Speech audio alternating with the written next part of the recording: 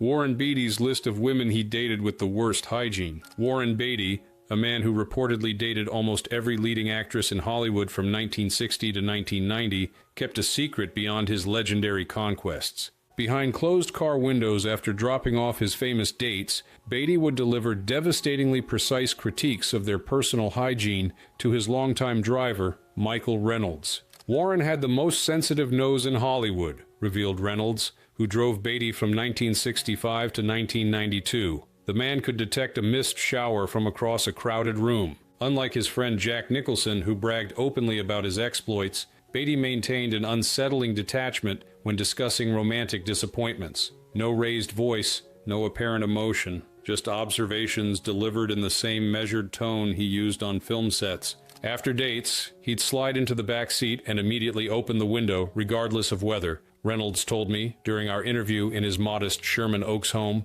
Then would come what I called the assessment. Some comment about how his date hadn't changed her sheets in weeks, or had applied perfume to mask not showering. For a man whose own grooming routine bordered on obsessive, Reynolds reports that Beatty would shower multiple times daily and discard shirts after a single wearing. Personal hygiene in partners represented a non-negotiable standard. He expected women to be perfectly maintained machines, Reynolds said, shaking his head. No human smells, no morning breath, no evidence of actual bodies. It was impossible. Tonight, I reveal the 5 iconic women who reportedly failed Beatty's impossible standards, each representing a different violation in his private hygiene hierarchy, based on the first-hand accounts of the man who drove them home. On my list, it's just a quest. Madonna, the calculated scent, smelled like incense, sweat, and ambition. It was overwhelming. The 1990 set of Dick Tracy paired Warren Beatty with Madonna,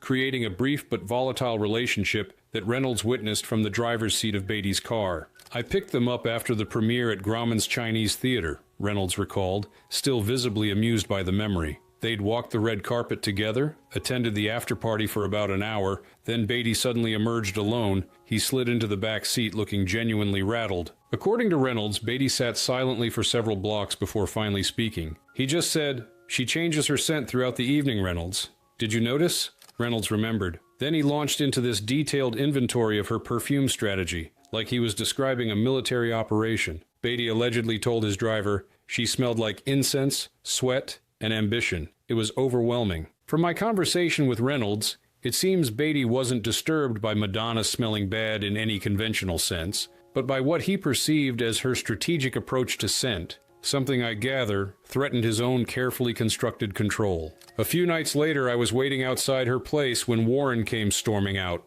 Reynolds continued. "He got in carrying his jacket rather than wearing it. He claimed she'd sprayed her perfume on it when he wasn't looking. He seemed genuinely disturbed, like some boundary had been violated." The relationship ended days later, adding Madonna to Beatty's mental list of hygiene disappointments for reasons that had less to do with cleanliness than with his apparent need to maintain sensory control. Longer than anyone else in this room except Shirley.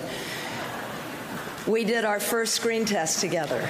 Jane Fonda, revolutionary rejection. Warren said she had a thing against deodorant, and it showed. Jane Fonda in 1971 was at the height of both her career and political activism when she briefly connected with Warren Beatty. Their relationship coincided with her most radical period, creating tensions that Reynolds witnessed firsthand. "I picked them up for a Vietnam veterans benefit in the Valley," Reynolds recalled. "It was July, about 95 degrees. Warren got in already looking annoyed. The moment we pulled away, he turned to me and said, 'Reynolds, she refused to use deodorant before a fundraiser in this heat. She gave me a lecture about aluminum and corporate chemicals.'" According to Reynolds, Beatty seemed genuinely bewildered by Fonda's deliberate rejection of conventional hygiene products. Warren said she had a thing against deodorant, and it showed, Reynolds told me. He kept saying, "I don't understand how someone can spend hours perfecting her hair for a protest, but refuse basic hygiene products." The relationship deteriorated over several weeks,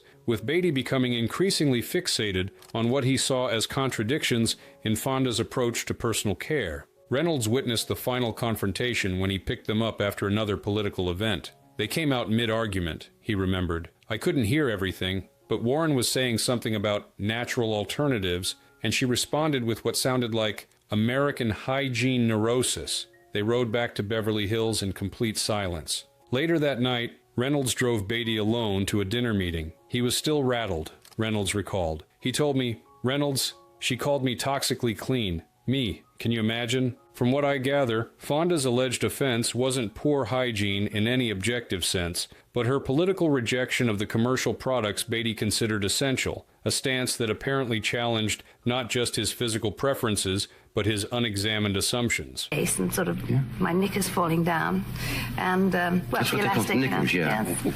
And I didn't like that at all. Joan Collins, Chemical Warfare. Over-perfumed to the point of suffocation. Warren Beatty's relationship with Joan Collins in the late 1950s preceded Reynolds' employment, but the driver witnessed how this early connection affected Beatty's sensory judgments decades later. "We were driving to an industry dinner in 1977 where Joan would be present," Reynolds recalled. "Their first encounter in years. Warren spent the entire ride giving me detailed instructions about keeping the car windows open afterward if she came near it." According to Reynolds, Beatty launched into a comprehensive critique of what he considered Collins's excessive approach to fragrance. "He told me she was over-perfumed to the point of suffocation," Reynolds said. He claimed her scent had somehow permeated the upholstery of his car back in the 50s, requiring professional cleaning. While many of Beatty's hygiene complaints focused on insufficient cleanliness, Collins apparently represented the opposite problem, what he considered an artificial, overwhelming approach to scent.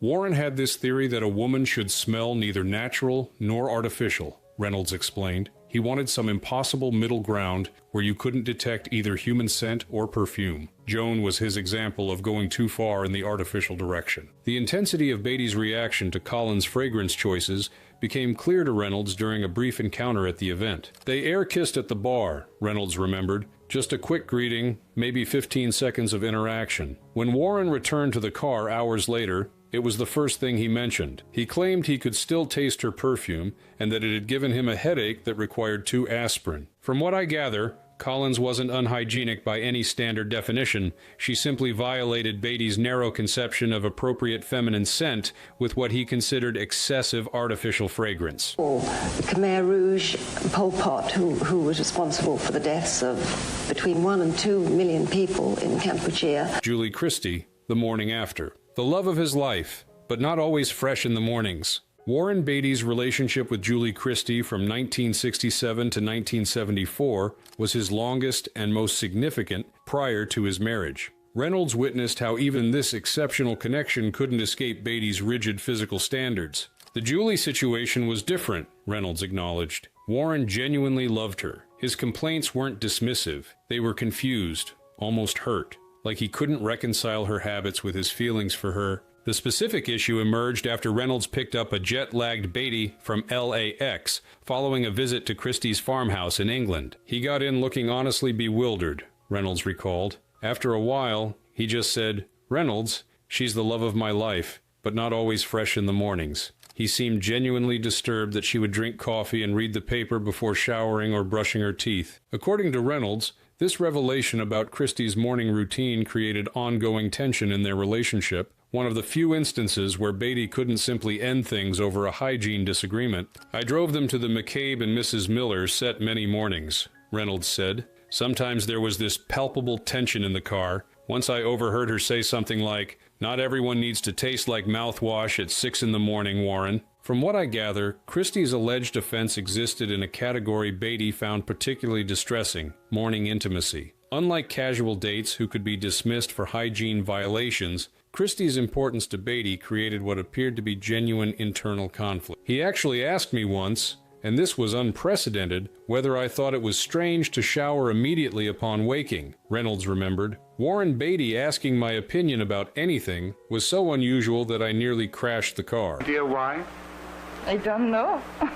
Do you ever think about it? No. Brigitte Bardot, European sensibility. He said she believed soap was a tool of the patriarchy. Warren Beatty's brief encounter with French cinema icon Brigitte Bardot during the 1965 Cannes Film Festival created what Reynolds described as a complete sensory crisis for his employer. "I picked him up at LAX after Cannes," Reynolds recalled. "He got in looking genuinely shaken, not his usual composed self at all. Before we'd even left the airport, he launched into this extended monologue about French hygiene practices." According to Reynolds, Beatty seemed both repelled and fascinated by what he'd experienced, a fundamentally different approach to bodies and cleanliness than his American standards. He said she believed soap was a tool of the patriarchy, Reynolds told me. That wasn't her phrasing, obviously. It was Warren trying to process something he couldn't comprehend, a sex symbol comfortable with natural body odor. The cultural disconnect apparently reached its peak during a dinner in Cannes, where Bardot's European approach to personal hygiene collided directly with Beatty's American expectations. Warren described this dinner in detail, Reynolds said. Apparently Bardot had come directly from a yacht excursion. No shower, just a change of clothes. At some point she'd raised her arms, showing unshaven underarms, and laughed when she noticed his reaction. For Beatty, whose entire concept of feminine appeal centered on the careful elimination of natural processes, Bardot's comfort with bodily reality created a conflict he couldn't resolve. He kept saying, "Reynolds, she's considered the most beautiful woman in the world," Reynolds remembered, like he couldn't reconcile her beauty with what he considered poor hygiene. It fundamentally challenged his understanding of what attractiveness required. The brief connection ended after a night at Bardot's Saint-Tropez home that apparently exceeded Beatty's sensory tolerance. Reynolds reported that his employer cut the trip short, calling unexpectedly to change his return flight. "He called me from Paris sounding rattled," Reynolds said. "He just said,